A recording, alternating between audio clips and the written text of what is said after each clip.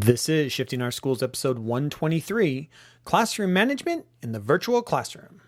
Listen up, educators. Are you looking to take your classroom to the next level? The technological shift in education is happening right now. If you're looking to integrate technology into your classroom, you're in the right place. Welcome to Shifting Our Schools with your host, Jeff Udick. Well, welcome back to another episode of Shifting Our Schools. Thank you for tuning in this week. I hope, once again, this podcast finds you healthy and safe as we continue to go through this COVID-19 crisis together. We've been having a blast over at Reimagine Washington Ed, where we now have over 3,500 educators who are reimagining teaching and learning for their students and for themselves as we continue to try and figure out this idea that we call distance learning. And not just any distance learning. What we're talking about, and let's remember this, we're talking about emergency distance learning. And there are so many things that go into an emergency distance learning that we are going to be able to apply in our classrooms. And one of the things we've been talking about with educators over at Reimagine Washington Ed is that really what we're in right now is maybe the greatest action research project ever undertaken in modern age in education. And can we see it through that lens? Can we be getting feedback? Can we look at what's working? And we know that this isn't working for some of our kids, but we also know that regular school wasn't working for some of our kids. And we are hearing stories about some of the students who regular school, for lack of a better term, wasn't working for, that this learning is actually working for. So let's take this time that we have been given to be not just thinking about the kids who this isn't working for, but can we figure out what kids is this working for? Who is this working for? And how do we make sure we take some of this learning that we are going through right now and bring it back to our classrooms? That is what I am loving about working with all of these educators from around the state of Washington. We are hearing incredible stories. If you would like to follow along, we have the hashtag ReimagineWaEd on Twitter. That is where we're sharing amazing success stories that have been coming out. If you go back through these last couple podcasts, these are the stories that we're telling. Everything from the virtual keynote that I gave to the state up through some of the things we've been talking about.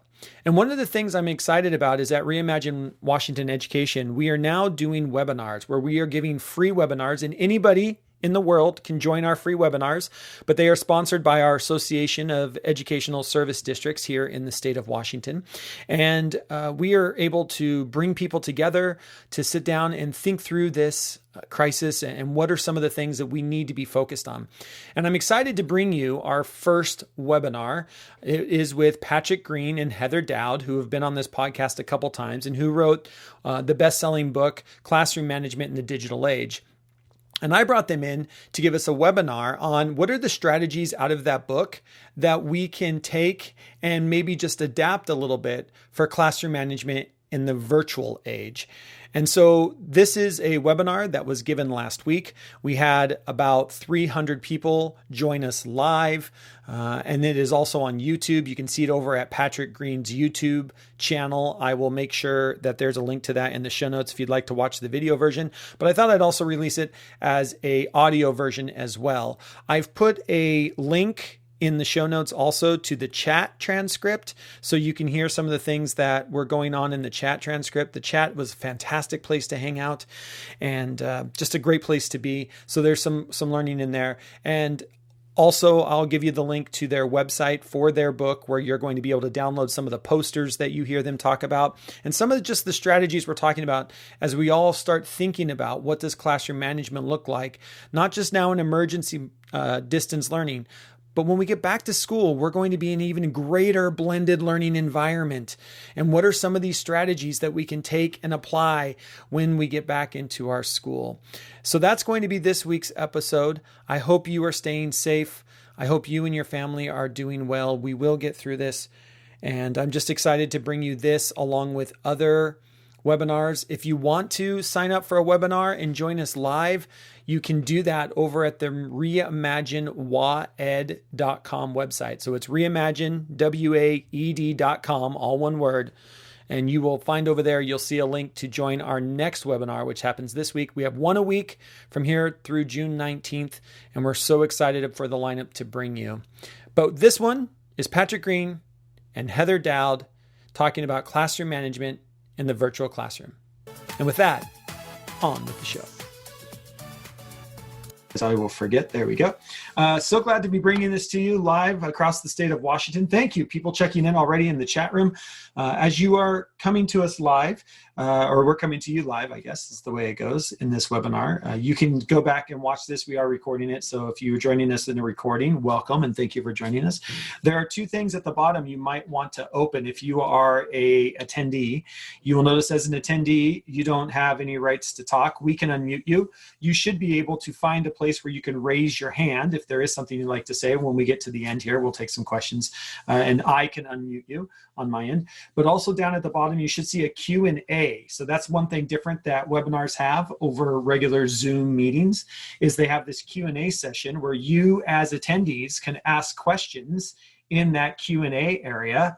And then you can also upvote the question. So if somebody else asks a question in there, you can answer that question, you can add on to that question, but you can also upvote questions. And that's just a great way because we're going to be up around, we're at 175 and still climbing. So it'll be probably close to 200-300 of us by the time this gets done. It's a great way for us just to know what are the most important questions as they come out as we go through this. So excited to bring my good friends, Patrick and Heather, here with you. Who wrote the book Classroom Management in the Digital Age. And we're going to be doing, oh, look, Patrick even has a copy of it there for you. I have a copy somewhere too, but maybe not here. Do you have one? Oh, there it is. There it is. The best-selling book, right? Classroom Management in the Digital Age. But we're going to go ahead and get started. I'll have Patrick and Heather introduce themselves, and then they'll take it away. Patrick. Awesome. So hi, I'm Patrick Green, and I'm coming to you from Kashmir, Washington. Excited to have so many Washingtonians around. And I'm so excited to be introducing you to my good friend, Heather, but I'll do that in a moment. So Heather and I wrote a book together, Classroom Management in the Digital Age, and it was after we had started working with teachers implementing a one-to-one laptop program. And what we had discovered was people didn't have a lot of questions about creating engaging lessons. They didn't have a lot of worry about that. They had worries about, well, yeah, but now I'm going to put this really competitive screen in between me and the kids, and they would rather watch what's on there than pay attention to me. And so a lot of their questions and concerns and worries were about classroom management. And in the end, we realized that was a lot of the work that we were doing as we were going one-to-one.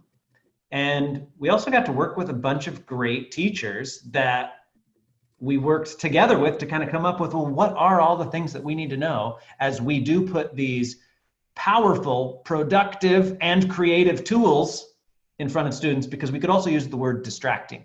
They're also distracting tools. And so what is it that we need to do? And Heather and I got together and in the end, wrote a book to share with the world. Here's what we learned as we worked with some great teachers at Singapore American School to come up with what does every teacher need to know to have the confidence and to be able to move forward and take on this new learning journey, take everything they've ever known about classroom management and tweak it and change it and adapt it to now students have these powerful tools. So we can't wait to talk with you about that as how those things apply to the distance learning age. I think we're calling this virtual classroom, but really we're talking about emergency distance learning. So we're excited to talk with you about how a lot of those things transition over. But before we do, I want you to hear from my amazing colleague, one of my favorite humans in the whole world, Heather Dowd. Oh, Patrick, the feeling is mutual. You are one of my favorite human beings in the world too. And I miss working with you every day. Hi, everybody. I'm Heather Dowd. I'm coming to you from Rock Falls, Illinois. It's a small town about 2.5 hours west of Chicago.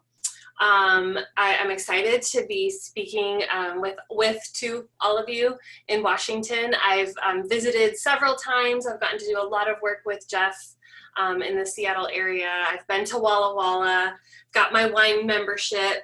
So Washington, I really enjoy your state. So I'm excited to be here. Just a little background context on me. I'm a former high school physics teacher.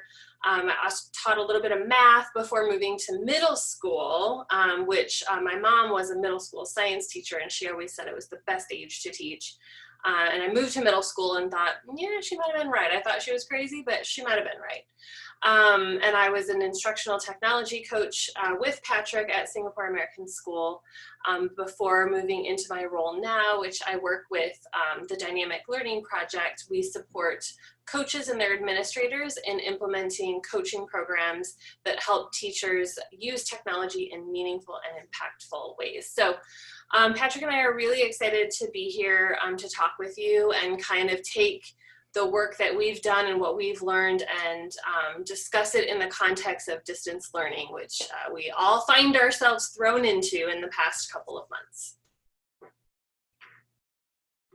Yeah. So I don't know, Jeff, shall I start sharing my screen and we just roll with it here? Yeah, I think go ahead and we'll be in the chat room and looking for questions and let you guys kind of roll with this for a little bit. Oh, okay, awesome. So kind of as an agenda to let folks know where we're headed, we'll actually spend a little more time on introductions here in a second, but then the way Heather and I like to do this is kind of work through our sections of the book. And we really broke the book down into classroom procedures, classroom expectations, teaching tips, and partnering with parents.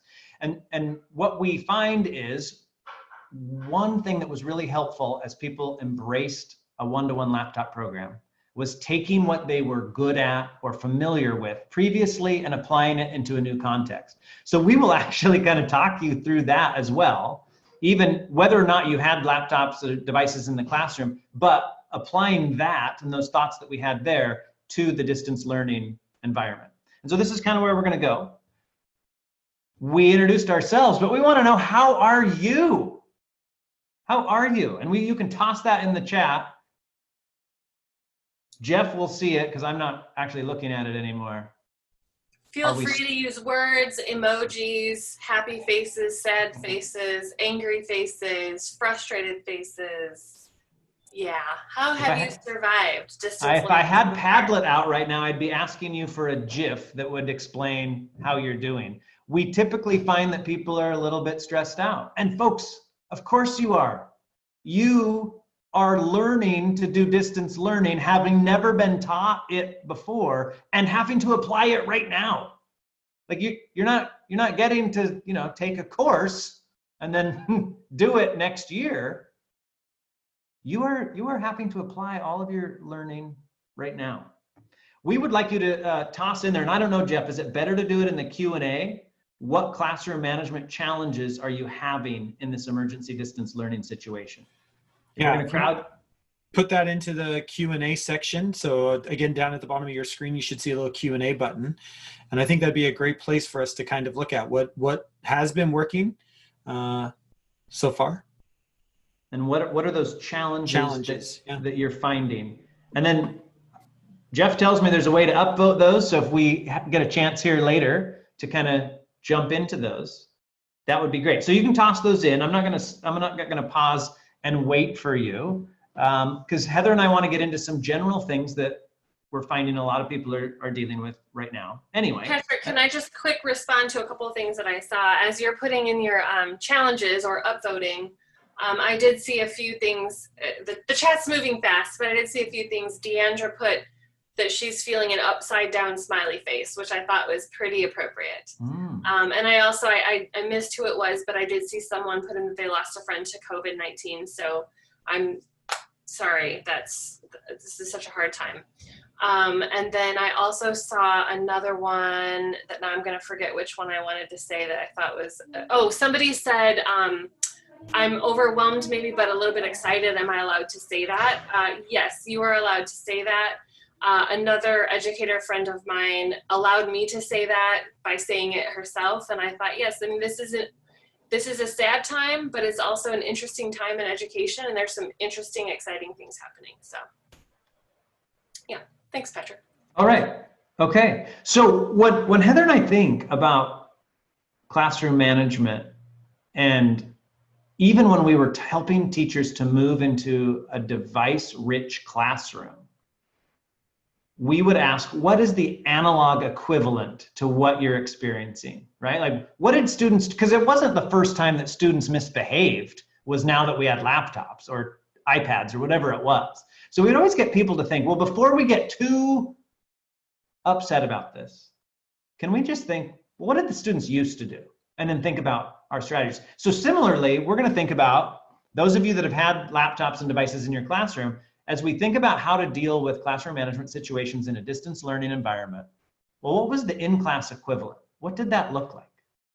And so those are just kind of some two overarching things to pause, give students a little bit of grace because they're learning some new things here as well, and think, well, was there something that used to happen before the technology that was similar? And how would I have dealt with that? So those are some overarching themes, and I think Heather and I will tie back to those often. But we wanted to start with the number one. If you only hear one thing, the number one most effective digital classroom management strategy.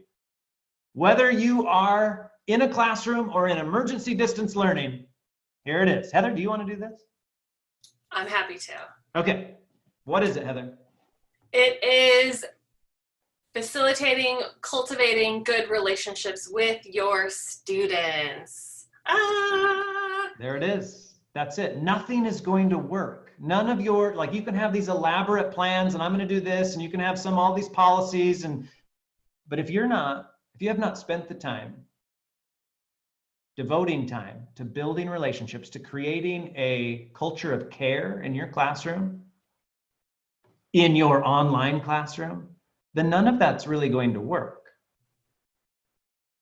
What I love about the work that we've been doing here in Washington with Jeff and Reimagine Washington Ed, all of that work that we've done is starting with relationships. And by the way, this is not something new that we're tying to this is what we wrote in the book. I don't know how many years ago it was now, Heather, 3 years ago.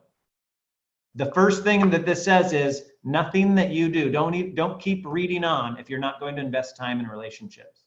Because ultimately these are humans that we're dealing with. And right now with emergency distance learning, it is all about making sure that kids feel connected to an adult who cares about them. And that's why we have set up the structures we have with office hours. And I know, Heather, some of this is new terminology to you as you're working in other states as well. But we talk about office hours as a way where people get together with their students and they're not teaching new content, but they're actually focusing on the relationship side of things, SEL, and all of that stuff that allows students to connect with a human who that they know that cares about them. And Patrick, I'll just throw this in here because I think this is a question that comes up quite often with this. Lisa put in the chat and just said, for some teachers don't think that relationships and classroom management can coexist. It has to be one or the other. What do you say to teachers who kind of have that belief that there's this difference between classroom management and having a relationship with your kiddos? Heather, do you want to jump on that? Sure, I can jump on that one. Gosh, as a teacher, former classroom teacher, that doesn't resonate with me. I feel like it was all one and the same.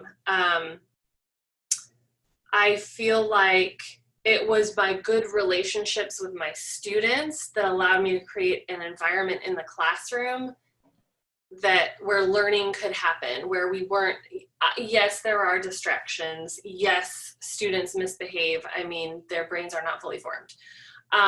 But because I had that baseline of a good relationship, it allowed me to have real conversations with students when those things happened. And to me, that is classroom management. It's what is the conversation that you have when a behavior happens that is not the behavior you want to happen. And without a good relationship, that's a really hard conversation to have.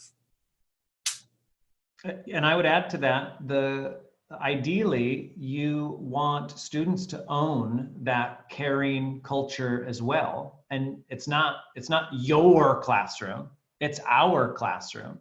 And if they're like, there can be a boundary of some sort, whether that's, this is my personal area where I've got some personal stuff, this isn't for students, this part is, whatever it is, like you can set up a number of processes and procedures and boundaries and things, but ultimately we all own that we want all students to feel comfortable in this place, because it is in a comfortable place where students can take academic risks and push themselves. If they are nervous about how they will be perceived or what would happen if you got something wrong or looked silly, if they don't have that comfort level, then they're not taking the risks we want them to take. We've been sharing an article about failure, and we know that we learn through failure, we learn through struggle. And if we're not working on relationships and showing students that we care, then we are not providing a place where students can take risks and maybe fail, but learn through that failure. So that's what I would say. I would say, yeah, they actually work together. And when you have good relationships with students, students will own a lot of that classroom management as well. They will help you with the processes and the procedures and lifting other students up and sharing the mic so that everybody has a voice, because they want to be a part of that community. I like what Robin threw in there. Having a good relationship doesn't equal being their friend. You're not their best friend. There are boundaries and expectations within that relationship. I like that, Robin. And maybe that's Lisa, I saw your clarification, referring to teachers that work hard at relationships and they have that, but the classroom management is what doesn't exist. I wonder if that's the problem, is cultivating more of a friend relationship. Like, I want the students to love me, I'm going to do whatever they want, versus no, I want us to respect each other. Maybe a little different, but there's another number one most effective digital classroom management strategy that we want to share. They're actually tied. They're tied for number one. And I love this because, again, this ties to what we're talking about in Washington State, but Heather and I wrote this years ago about classroom management. Creating engaging lessons. Folks, if you are asking students to do things that are just tedious and there's no interest and remember that little carrot we used to dangle that was called the grade? That's really not there anymore in emergency distance learning in Washington State. So if that was the thing that you were holding on to that was gonna, and I'm not saying that actually worked. I don't know that I believe that the grade really was a motivator. But if you want students to be on task, then you need to create engaging lessons.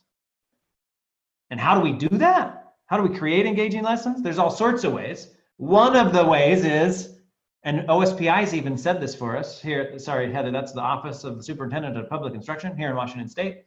And they've said that we should build on, and I don't have it in front of me, but we should build on the individual interests and needs of each student. That we should, and that is personalized learning. That is how you create engaging lessons. You make whatever you're doing apply to the students so that they want to do it. Because ultimately, folks, nothing's mandatory anymore. They don't have to do anything in emergency distance learning. Yes, I have heard now there are some schools saying, well, if a student just stops doing anything, then we're going to be able to give them an incomplete. Okay, but what if they just do enough, right? Like, the whole point is, like, do we want them to learn or what? We want them to learn. We want them to learn for learning's sake. That's never been more attainable than right now, when we've actually been told, we don't have to teach the test. You can create engaging lessons. You can ask students to do something and then look at it with a lens of, would I want to do this? Would anyone want to do this? How could I tweak this to make it so that someone might want to do it? How can I make this more engaging? Heather and I used to get the whole, like, well, how do I make sure they're going to be on task? Heather and I have taught classes with 100 students in one room with 100% on task behavior, because what we were asking them to do was engaging. Well, what does that look like? Well, it might be that they're making something. It might be that they're creating something that doesn't currently exist. Now, does a 5-paragraph essay on the American Civil War exist? Yes. It already exists. Someone's done a better job than probably I'm going to do if you gave me that task right now. But does a 3-minute film exist? I don't know, maybe. But I might be interested in film, and I might be interested in stop motion, Lego. The point is, I'm still telling a story, and I'm still able to show you what I know, but now you've given me options that I can engage with. And Patrick, I would even add on top of that, if let's say our outcome is we want kids to write, I think there are other, like we always say, the 5-paragraph essay, and fair enough. In academic writing, kids are going to need to know how to do a 5-paragraph essay. Now, how many of those you should write in a year, I think is something we should be debating. Yeah, how many 5-paragraph essays between science, social studies, and all the subjects should a kid be writing?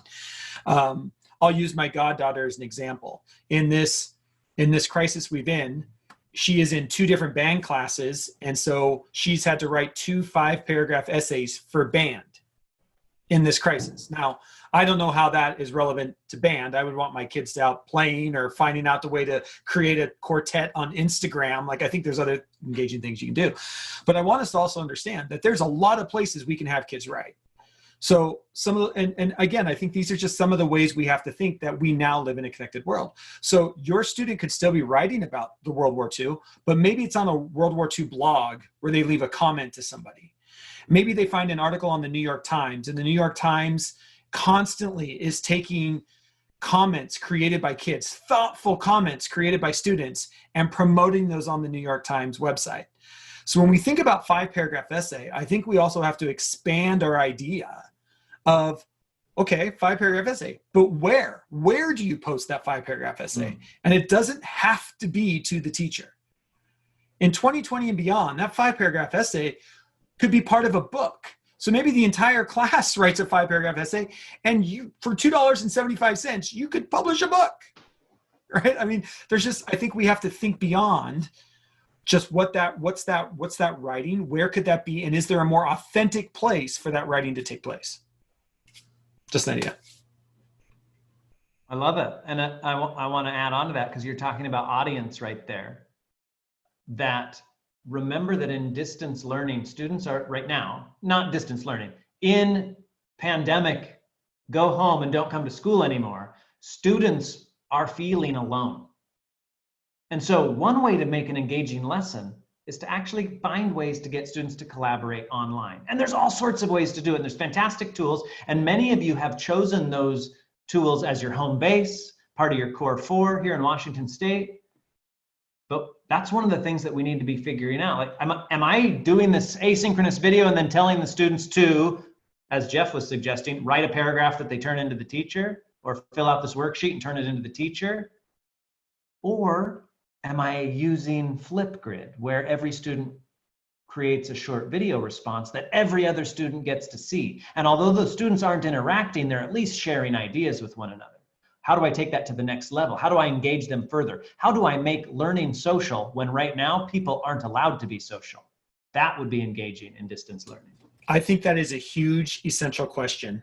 How do I make learning social in a time where we can't be social? What a fantastic question for us as educators to really grapple with, because the tools are here, right? And people are in the chat like, oh, Flipgrid, you can set up Flipgrid and be social when we can't be social, right? So how are we creating those? And I think those lead back to engaging lessons and relationship building, relationship amongst our students and relationships with us, right? So such a great question. I like that. And it actually kind of addresses, I don't know if there's going to be a time for us to address the challenges, but Amuli, I hope I'm saying your name correctly. Feel free to correct me in the chat. The number 1 challenge voted up right now is in case we start the year with remote learning, how do we build community and relationships with students we don't know yet? And again, I think that goes back to this essential question. How do we create learning that is social? Because that's how we get to know our new students, is by being social in the classroom. How do we create that when we are not allowed to be together in the same room? I mean, there's lots of tools, and I guess I don't have one answer, Emily, but there's Flipgrid.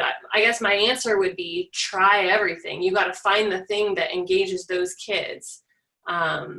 One of the things, this might come up, I think this is going to come up later, but I'll say it now because I think it fits.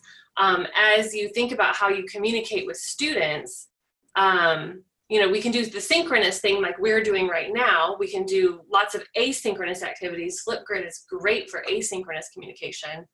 But how can you also, along with the learning piece, so along with asking students to do an activity that is directly related to your objective, where are you giving them space to just get to know each other?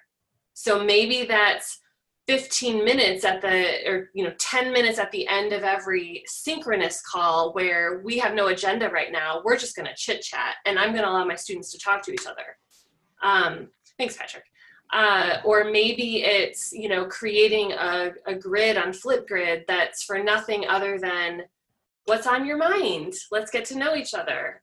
So I think it's even more important if we continue in remote learning to create those spaces, those social spaces, for students to share what they want to share. And it depends on what your students have access to. Maybe that ends up being a phone call. I'm just going to call every student and get to know you. And I love that what you're saying, because it makes me think of I love this because this is just what we all do, right? But I love this because you have me thinking now, if I'm starting to plan my classroom for next fall, I'm starting to think of, okay, I was a fourth grade teacher. That's the lens I usually default to. I need to find a place that becomes my hangout, because my kids used to hang out on the playground together. My kids used to hang out at lunch together, and that's where they built school community. And so I'm going to have to somehow, if we don't have that, how do I create a hangout area that you're saying, Heather, doesn't have a lot of structure? It's a place for kids to share when they get a new puppy, and it's a place for kids to share and be silly and be funny and try stuff on. And I know that's difficult because those are also the spaces where there's less adult supervision. But there's less adult supervision because it's when you're not around adults is how you learn to be a kid. It's how you learn what hits. How do you make a friend cry, or how do you make a friend laugh, are things you try when there aren't a lot of adult supervision around. And so that's going to be kind of an interesting place for us to try to navigate through this, to say, how do we set up a space, but yet going through a school where we must make sure that, kids are being nice to each other, but still set up some kind of hangout room, for lack of a better term. I think you really have me thinking about that, because I think you're right. As we get into that, start thinking about next year, I think that's going to become a critical piece. And the older the kids, I think more critical that's going to become. So I'm loving where this is going. We're already a half hour into this. We're hardly any slides in. So I'm thinking about timing, and that's fine. Maybe we won't follow this agenda so much, because I do like that we're really hitting the bigger picture ideas here. That we're talking about relationships, we're talking about engaging students and thinking about our learning design and how do we make it social, because those are the things that students are missing. And I might just say, we want to always, with distance learning, take the best of our brick and mortar system and move it online. So those things that Jeff was talking about, all that socialization stuff, some of that is some of the best stuff we do in schools, and we want to be moving that online. So Heather was talking a little bit about how we're communicating with students, and I guess I just wanted to toss in a little off track of where she was going, but I would say consistently. We want to be consistently communicating with students, and not just frequency, but also in a place where they're not getting bombarded by a bunch of different ways of communication, right? And that's why in Washington State, we've said, pick your core 4, hit these things hard and really utilize them. There's one place for students to come back to. And another term we use is this idea of wayfinding. Are we making it simple? Do students, some teachers are using a Google slide deck where they're putting everything on one slide and they're just adding it to the slide deck. That's kind of become their home base. Now, others of us are using really complex, powerful home bases, but I don't know. The Google slide deck, I love that idea from a wayfinding perspective. Where does the kid go? He goes to the Google slide deck. That top slide tells him exactly what he's supposed to do today, or gives him the options for what he's going to get into. One of the things we're asking is, how can we help students manage their digital learning at home? Are we providing the scaffolding that we need to for them to learn in a way that they've never practiced before, without an adult who knows how to do it, guiding them face to face?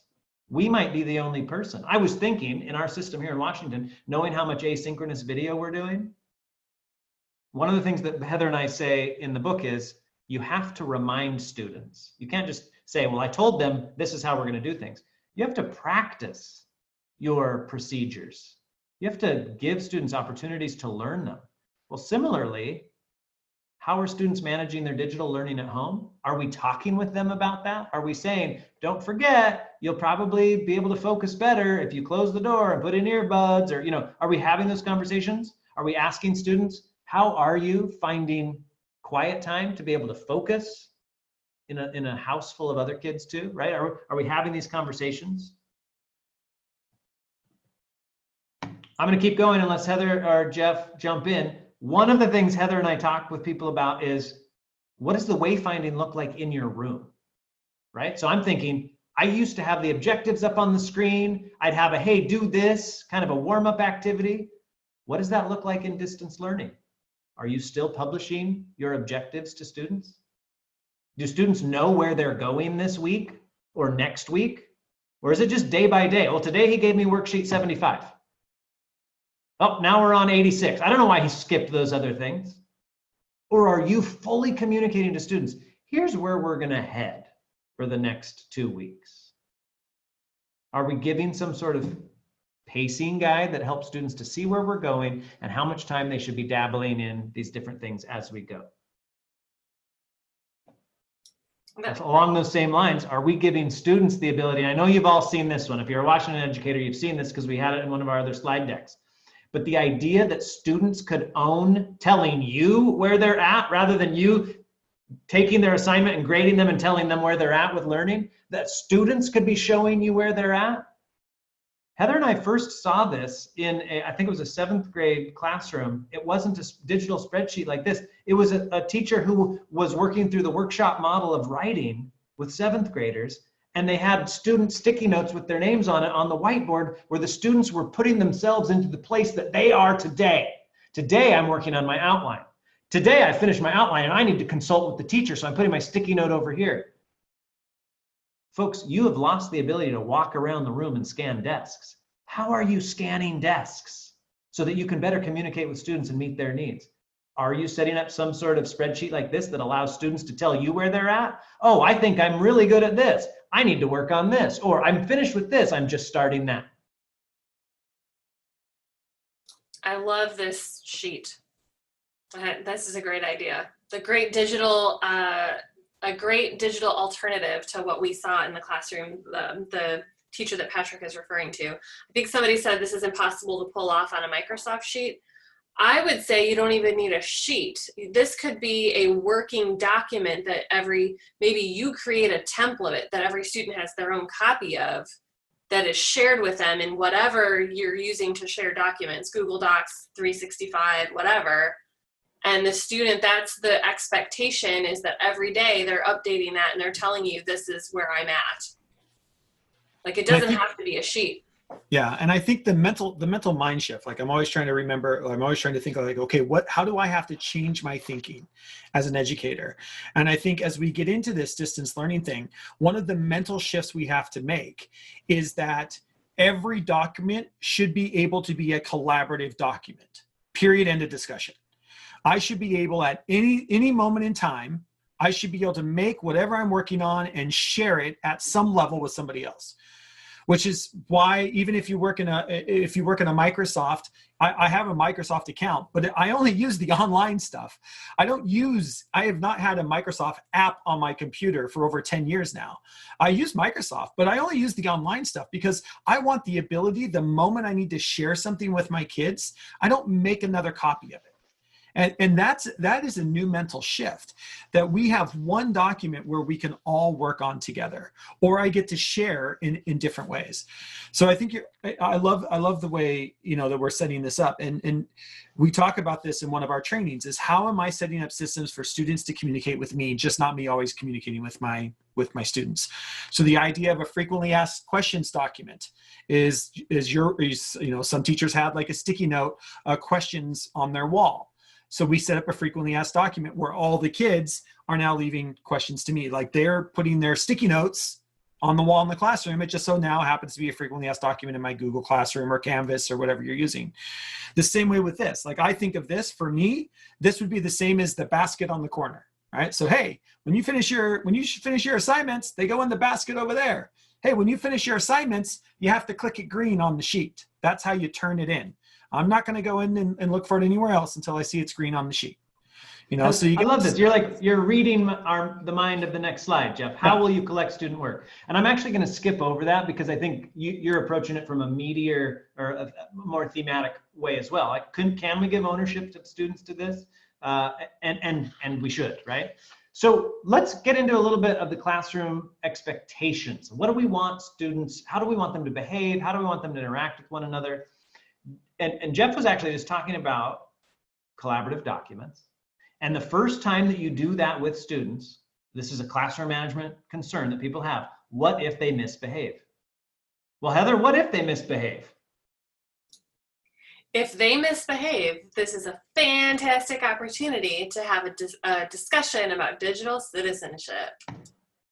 Everything begins with digital citizenship. And again, Heather and I would have said this back in the classroom where you were putting laptops in the classroom for the first time. We are now, and to Jeff's point, when you think about why would you ever have a document that was only for one person? Well, you might, but you would need to have thought of your reason for locking it down that way, because there's so much power in the ability to be able to share it and have multiple editors and multiple viewers.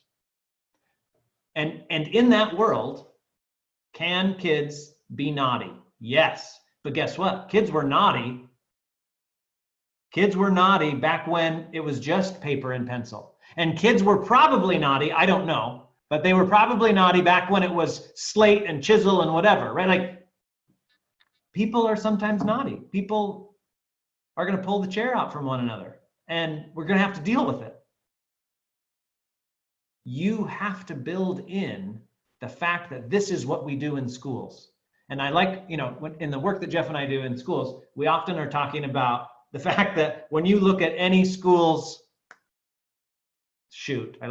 motto, what is it? Mission statement. Thank you. Mission or vision statement. It's going to talk about students becoming global citizens and collaborating with the world, right? Like, well, how are they going to learn to do that if we don't teach them? These are transferable skills. Working in an online space. Hey, look, everybody. I don't know how many people are in here. I think there was 200 when I last looked. You're all working from home. Learning is part of your work, and you're learning from home right now.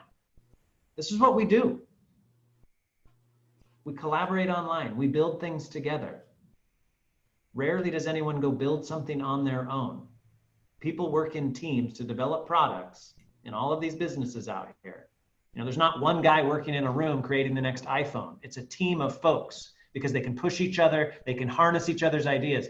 By teaching digital citizenship skills, which we could just call citizenship skills, or we could just call it socialization and being kind and responsible and all those things. And what I love is so many schools have their own acronyms for this. Like I have this, there's this balance of me saying, everyone's teaching digital citizenship, and people saying, no, not me, I'm the whatever teacher. But then they can tell me their acronym for all of the character traits they want their students to exhibit. Folks, you're already doing it. You've been teaching digital citizenship. We're just calling it something else. Fine, have it be your fun little acronym. The kids will connect to that more anyway. And build that in. Someone in one of our trainings recently said, well, should we be using the chat in Zoom with third graders? I've heard that we should turn it off and not allow them. And of course, my response to that is, why? Why wouldn't you let them learn to use it in a responsible way? And you just go there. You know they're going to make a mistake if you don't go there with them and help them to understand it and learn from it. That reminds me the last time, like the first time I have my, I was in a class where the first time we had third graders on a collaborative document. And both the teacher and I mean, you just know, right? They're third graders. At some point, somebody's going to say, you stink and smell like poop. Like, it's just a third grade thing. It's going to happen. So you wait for it. Like, we're watching the document, just like, wait for it. And there it is. And now we have a lesson, right? We have a lesson that we go file revision history and see, we can see everything that you wrote. And how do we work collaboratively? And how do you not say mean things? But we do that intentionally in our physical classrooms, where we create structures for learning. Whether that's learning to be a friend, learning to cooperate in a group, learning how to be a good team member. And we have to create those same structures here. We have to set the structure up intentionally to teach the lesson. And so, yeah, I want them in those spaces. Heather, sorry, you were going to say something. Heather, were you going to say something? Yeah, Deandra, I think we're kind of speaking to it right now. Deandra put a post in here saying this is the first time for a lot of students to be able to be online without adult supervision 100% of the time. They don't know what digital citizenship is. Exactly. And I think this is the issue, right? If they might not get it at home. It's the same thing as Patrick was saying. We as teachers have always had to teach these things: kindness, cooperation, collaboration. They may or may not be getting those lessons at home. And we can argue about that until the sun goes down. But, well, the sun's going down soon.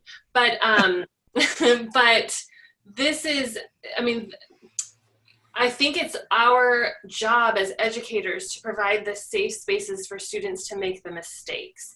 And when teachers argue to me, well, we have to shut that down because they might be bad, I have always erred, and this is my bias coming out, I've always erred on the side of, no, we need to give them the chance to make that mistake so that the stakes are low here, right? Like, we're in a 4th grade classroom, they're gonna make a little mistake, they're not gonna get into a whole lot of trouble. Okay, now you go in, I'm an adult and I've never learned this, I can get myself into a whole lot of trouble with social media, online, whatever, if I haven't learned those lessons. So this is our opportunity to create those safe spaces, allow students to make mistakes, and facilitate the conversations that we want to be having with them. And let's remember, we are educators. We're already behind the 8 ball. The average child in America touches a connected device for the first time at age 2. So what is the average age that the first time a kid leaves a comment online? I guarantee it's probably before they come to kindergarten, right? They're playing with somebody on an online game. They're already experiencing these places without adult supervision. And to me, that's the cruelty. That's the cruelty, is I want to put them in places where there now is an adult supervision to teach them how to do it correctly, because they've probably been doing it without adult supervision for a long time. And so we're already behind the 8 ball before we ever put them into these documents, which is why they are a lot of times pushing the boundaries. They want to know, oh, look, this is a chat room. My game that I play at home with my friends has a chat room. What can I write in this chat room? Can I say bad words? Can I? And it's exploration, but it's kids being kids to see how far can they push this, and how does this relate to the world that I know where there are no adults, right? And as far as giving you all you folks, confidence that you can do this, I do want to say, you don't have to go buy a digital citizenship curriculum to teach this stuff. You need to get students into a collaborative document and have conversations about norms, which you've always done, because that's how you started the beginning of your class year. You talked about how are we going to treat each other in here. I had the best story today from a gal named Ruthie, and I don't know if Ruthie's here with us tonight. And I won't do the story nearly as well as she did. But she had an office hour where only 2 students showed up. And they were 2 students that had actually gotten into a physical confrontation at school earlier this year. And the backgrounds of the 2 students were vastly different. But they showed up to this office hour, and she thought, well, this is going to be kind of a weird sort of a thing. And she had these 2 students coming from 2 different backgrounds. One where the parents were having to go to work every day so that they could pay rent. And the kid was worried for their safety and his own safety.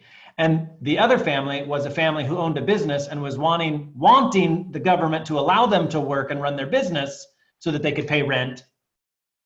Both had these fears about their futures. Both were worried about their parents.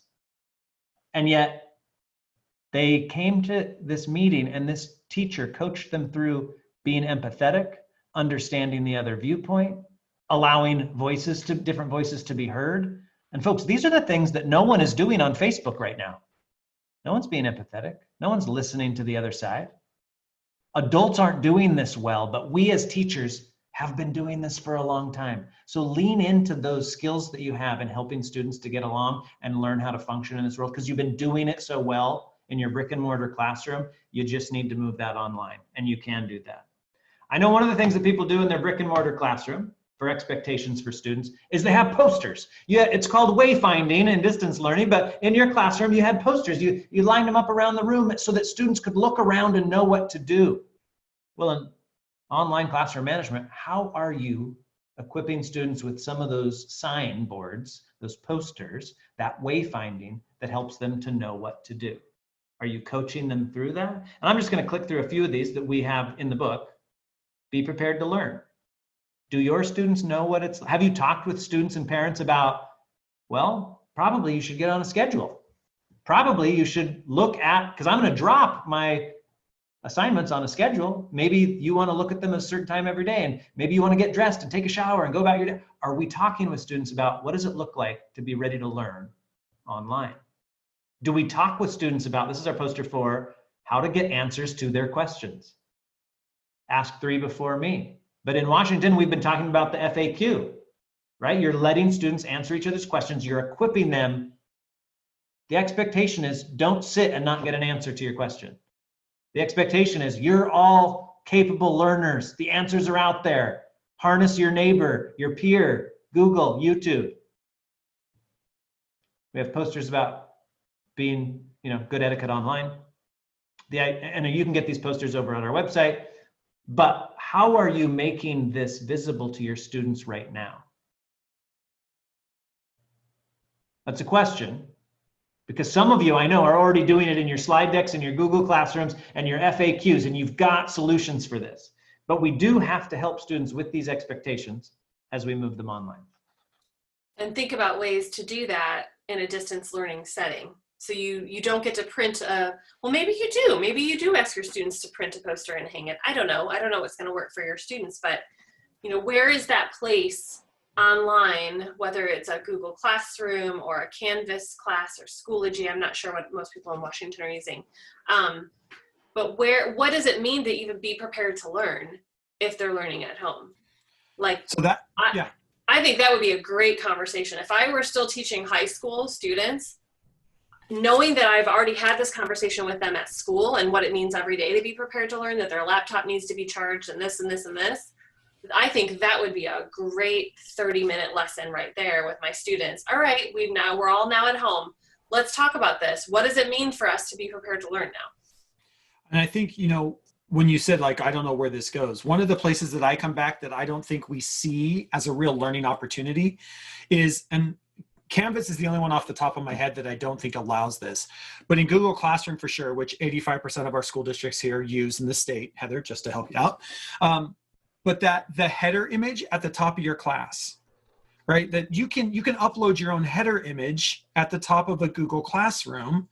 Would that be a cool place to put, be prepared to learn, or ask what are your class expectations, rather than, and you can change it. So, it can be a fun photo, or it can be a photo about whatever, but math or science or whatever. But is that also a place where that is your wall? That's the wall of your classroom. Kids come into your Google Classroom, or they come into your Canvas, or they come into whatever. Where do you have visuals? Where's your wall that you can maybe post some of these expectations to?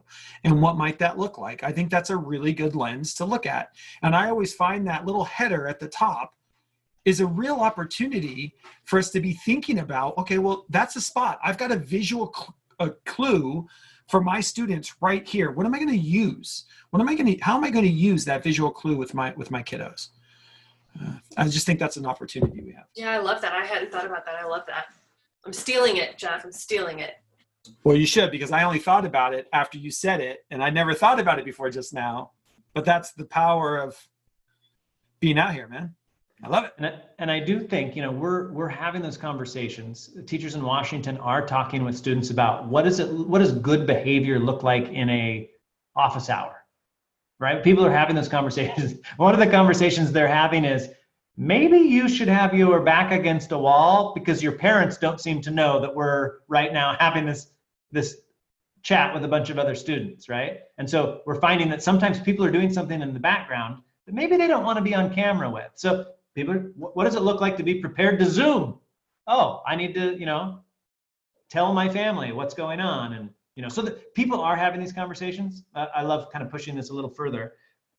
I actually, Jeff, we got 10 minutes left, it looks like. And so I'm going to hop out of the presentation and jump forward a little bit. I didn't know if you wanted to also get to Q&A sort of thing, but I know that I did want to talk about partnering with parents, because that is Heather and I have a section in the book about partnering with parents, clear back when this was just about one-to-one laptop programs. But it is so much more important now. Parents are trying to support students in doing distance learning, which the students have no practice in. And how are we partnering with parents? What are we providing for them? I wanted to give an example. This is from Yokohama International School, and this is kind of a basic thing that they provided for parents that could help their students establishing routines and expectations for your child. Kind of get them on a schedule. Identify a comfortable, quiet space for your child to learn, right? Let's get some routines here. Now, parents have not thought about what distance learning looks like. They're not getting professional development around distance learning, except from you, the teacher, or you, the school, who might be sending something like this home that encourages them to, in a direction of thinking. They're not going to do it exactly how you suggest, but how can we provide those sorts of things for parents? Now, this is an easy one, right? Because it's a graphic, it's nice and easily readable. You can send it out in the email or however you communicate with parents, put it in the home base, tell the students to take a look at it. But recently, I want to give another example. My 4th grade son's teacher, he's been using Flipgrid, and every day my son leaves a comment, a reply. And yesterday, Oscar came to me and said, "Dad, you're supposed to leave the response today." I was like, "What?" And the video that the teacher left was very much, "Hey, we've been doing this for 2 weeks now. I'd like to hear from your parents on how it's going, so I can find out how I can better support them. So kids, you don't leave a response this time. Go get your parents and ask them to tell me what they think about how distance learning is going and what I could do better for them." I thought that was so brilliant. Taking stock of how it's working for folks and connecting to the parents. I just had another teacher in one of my cohorts talking about how she's never partnered so well with parents before now, because she's having one-on-one conversations with parents of her 3rd graders and about how they can support their learner at home. She's like, "I've learned so much. I want to do this in my brick and mortar classroom moving forward. I am going to partner with parents in this same way because they are the co-teacher and they want to support the student."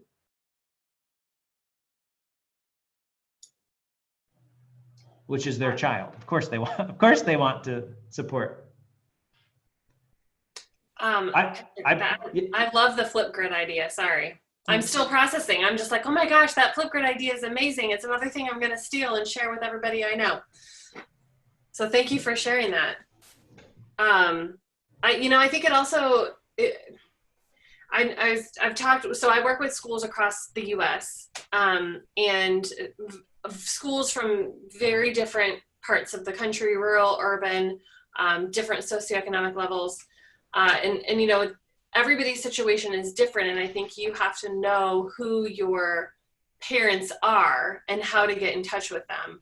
I know one of it's a little late for this, but thinking about next year, if this is starting up next year, one of the things that one of the schools that I work with did that I thought was brilliant, right away, right when emergency distance learning started, one of the first things that they did is they split up all of the families amongst all of the educators and made sure that every family got a phone call.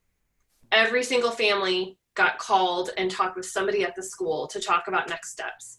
And I thought that was a great way to kick it off and say, hey, we're here for you. We're in this together. We don't know what we're doing yet, but we're going to work together. So there's my one, just thinking of partnering with parents and reaching out. Yeah, and I don't think that's going to go away. I was having a conversation earlier today with another group of educators, and we were talking about, in education, we have over the years, I think we have created structures that have tried to support kids, because one of the inequities that we saw was that you can't control where a child comes from. Right? You can't control that this child has two parents who are both teachers, and that child is one of six kids to a single parent. And so what we tried to do in education is we tried to tell parents, hey, look, we'll take the kids, we'll do that part. Like a lot of schools have done away with homework because homework was an inequity thing. Because, if you had two parents who were teachers, you always got your homework done. And if you had a parent who was working 3 jobs, you probably never got your homework done. You didn't have parent support. So one of the reasons why we did away with homework was because it was an equity issue. And now what we're seeing is over the years, the schools have taken on more and more and more of that support to make learning as equitable as possible. And all of a sudden, we've now flipped this where we need support of parents. And I don't know how many parents really know how to support. For example, one of the best read emails from a district I'm working with from the principal was 3 questions to ask your child about their learning today. And the parents were like, oh my gosh, that is I don't know what questions to ask my child about learning, right? Or three home learning tips. Because we have taken so much away that I think in a lot of cases, I think we've broken that partnership. And all of a sudden we're finding ourselves in a crisis situation, and we could moving forward where we're really going to have to work on that parent partnership, reaching out to them, having a phone call saying, hey, how are you doing? You're struggling motivating your child. Well, here are some things that worked in my classroom. Yeah, I had your kid too. I know. Sometimes he gets up and just needs to run around. So maybe every 45 minutes, he's got to go run some laps around the block. I don't know. Like that I was substituting once, and we had a bunch of rowdy kids, and like literally I made them go run around the track. The best thing I probably could have done as a sub. They were great the rest of the day. They just had so much energy, right? But I would be calling parents to be like, hey, how are you doing? Oh, yeah? Okay, well, here are some strategies, because they're classroom management strategies that you need to be able to implement at home that I don't think a lot of parents know. I think we've taken a lot of that away. And we're really now trying to talk with parents around how do you support your children in a real learning sense, not just doing homework, but like in a real learning sense. We need them to dig in. We need you to support. We need you to be their cheerleader. We need you to ask them questions about their learning. We need you to be thinking about this stuff. So, and Jeff, I think we can do with that. You're absolutely right. And I just wanted to remind people that our parents are also individuals, right? Like we can't just say parents are this thing. They are a bunch of different people with a bunch of different experiences. And so one concrete thing you can do to help them is offer choice. Give students choice of what you're asking them to do, because some parents want you to give less work, and some parents want more work to keep the kids busy, and some parents are saying, no, stop communicating to me, school, you're bombarding me with too much stuff. We have parents all over the spectrum here. So if you give students choice and enrichment activities and a choice grid like we've talked about, you're now supporting parents who want to have their students do more. And by saying it's a choice thing, and this is the one thing they can do, and then they could do these other things, you're supporting those parents as well, who actually might be more on the lines of, I'm going to put my kid to work for 90 minutes, and then I want them to run around and play all day. So we do want to be supporting the spectrum of parents, and you can do that through choice. All right.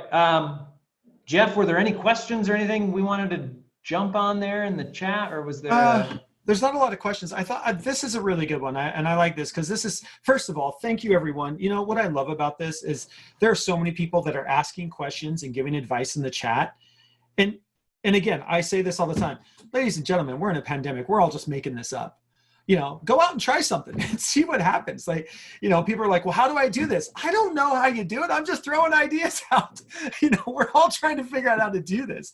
That's the thing. But man, I love this. We actually have some space to throw some stuff out there. And again, you guys are incredible educators who are asking the right questions. You're showing up, you're thinking what's best for kids. And I think right now that is one of the best things we can do is keep asking the questions, keep trying something. And if something's working, please share it with others because you just don't know where that's going to go. So here's one, and I think we've started to see this, Patrick, in some of our trainings. One of the questions that came up in the Q&A is students not engaging in lessons being provided, like not watching the videos or following directions. And the teacher says, I can scaffold until the cows come home, but they don't use them. And to me, when I'm reading things like that and I'm just thinking through this, to me, that goes back to your wayfinding or a pathway. That I feel a lot of times if things are broken up, like, and I'll just use Google Classroom because this is, to me, one of the things I don't like about Google Classroom, is if I post a video and the video gets posted and then it goes down the stream and then the assignment gets posted and it goes down the stream and those things become unhinged from each other. Versus creating a pathway in like a Google slide where it's very obvious, step 1, step 2, step 3. The power of putting pathways in slides, I think, is a way that you can overcome that. But I'm hearing this from teachers where like, oh my gosh, I put this stuff out there. And I'm like, okay, but for somehow we're not getting the pathway right. And I don't know what that is for those kids. But would you agree with that? What are your thoughts on that idea? Yeah, I struggle a bit with that. Sorry, go ahead, Heather. No, you go. I'll jump on. Okay, so I do struggle a bit with that engagement piece right now because we didn't prepare students for any of this. And so we've sent them off and now we're going to try to recapture their attention. And it is possible that student 973 is not engaged. And I think the only way for us to get to the bottom of that is to talk to student 973. I think we really have to personalize learning in this age. We know that about the organizations that were already doing distance learning that was personalized and kids had a lot of choice in where they went and how far they went and how deep they dove versus a course that was just kind of read this, do the multiple choice, read this, do the multiple choice. We have to personalize. And if a student's not engaging, it's probably a personal answer, a personal reason. And we need to reach out and have a conversation with that student individually and find out how might we get them to engage in what we perceive as valuable. And that it might be that. It might be that they don't perceive it as valuable. I don't know, because I haven't had a chance to talk to that kid yet. And yeah, two things in my head. One, Jeff, in terms of the wayfinding, I do think it is very important for teachers in general, in the class, distance learning, face-to-face, to be organized. And maybe that's just my bias because I'm an organized person and I like everything all nice and neat. But I say that based on former students of mine in math class who would come to me and say, I remember one student in particular, first day of math class, she said, I just want you to know, Miss Dowd, I'm not good at math. I'm a good person, I'm gonna be good in here, but I'm just not good at math. And of course I pushed her. I believe that everyone can be good at math, doesn't matter. And I pushed her throughout the whole year. And what we came to find, we had to figure out a way to organize the content for her. And once I figured that out, which was just really good organization, she thrived. And I think this is a similar situation. We have to make it so clear for students what step 1 is, what step 2 is. And I think that can improve engagement. But then that takes me to Patrick's point. If we've done everything we can do, we've created an engaging lesson, it's very organized and very clear what the expectations are, and students aren't engaging, I think Patrick has the answer. We have to reach out to each of those individual students and find out what their situation is. Are they the oldest of 4 kids and they have to help all of their siblings do their homework? Are 5 kids sharing one device and they just don't get the time on their device? And this goes back to just knowing who your students are, and knowing how you can scaffold, maybe isn't the word, but plan the lesson so that the majority of your students, you can bring them along. Yeah. There's so many weird things going on right now that we can't just assume every student has a device and great internet, and which I'm sure you've had all of those conversations too, Jeff. Yeah, and you know what I love, and we're going to wrap this up here if you want to put up that last slide, Patrick, because we need to get you guys out of here. But I think part of it too is one of the things we've been talking about through our trainings is this idea that this is like the largest action research project ever taken under education. And if we can view it that way, if we can get excited about that, then you take things like that as a challenge. So I'm just thinking about, because I started laughing, that I thought I was so organized in this class I was running. I was running a bunch of 7th graders, and I thought I was so organized. And this one kid was always off topic. And so I finally sat down with him one day after class. I was like, can you just show me where do you go? And he was going through the learning. He found a different pathway that I didn't even know was there. Like, he's like, oh, I clicked this button over here. And I'm like, well, why would you click that button over there? That's not but just the way his brain worked didn't match up with the organization that I had. And this happens a lot on website building. If you build websites, you can watch people where you think you put the button to buy the book in the right spot, and they click everywhere else except the buy the book button. Like, it's just this weird thing. People go through their own path. And so reaching out to those kids individually, and even just saying, can you show me why you didn't read the directions? Like, show me where you clicked. How did you miss where the directions were? Like, this is a great time to get even that kind of feedback of, I put the video in Google Classroom, or I put the video in Canvas. Can you go into Canvas, share your screen, show me where you went that you missed the video? And a lot of times we can get feedback to like, oh, I didn't even think that they would click on home first, then modules, and not actually click on assignments, which is where I put the video. Like, we can see some of the thought process from that other lens. So I think that's just always something to keep in mind as well. I want to thank Patrick and Heather for your time. Thank you guys so much. There has been a request for your slideshow. Is there a way that we can get the published link for that? Yes, Right Jeff. slide. You can go to bit.ly/WAED Wow, right there on the screen. Oh, and they've already put it in the chat. This is the most incredible crew, I tell you. So there are your slides. There is where you can get the book as well. We will have this recorded, and we will have it somewhere on the Washington Ed website, but you're probably going to have to show up to know where we end up putting that. So we'll see you back in your cohorts. If you do want to save the chat, each one of you can save the chat individually. Right over down where you type a message, you'll see those 3 little dots. And underneath those 3 little dots, you should be able to click Save Chat, so you can keep all those links for yourself. Go back and look through all the resources that were shared through everybody that was here. So thank you again, Patrick. Heather's in, where are you at now? Illinois? Illinois, yep. You're in Illinois, so thank you for staying up late tonight. Really appreciate it. Thank you, Patrick, all the Heather. way from Kashmir. So great to be here. So thank you, everyone. Really appreciate it, and we'll see you next week. We have another webinar. We have one coming every week. Be looking on the Reimagine Washington Education website to sign up for the next webinar. Thanks, everyone. Have a great night. Bye-bye, everybody. Bye, everybody. Thank you.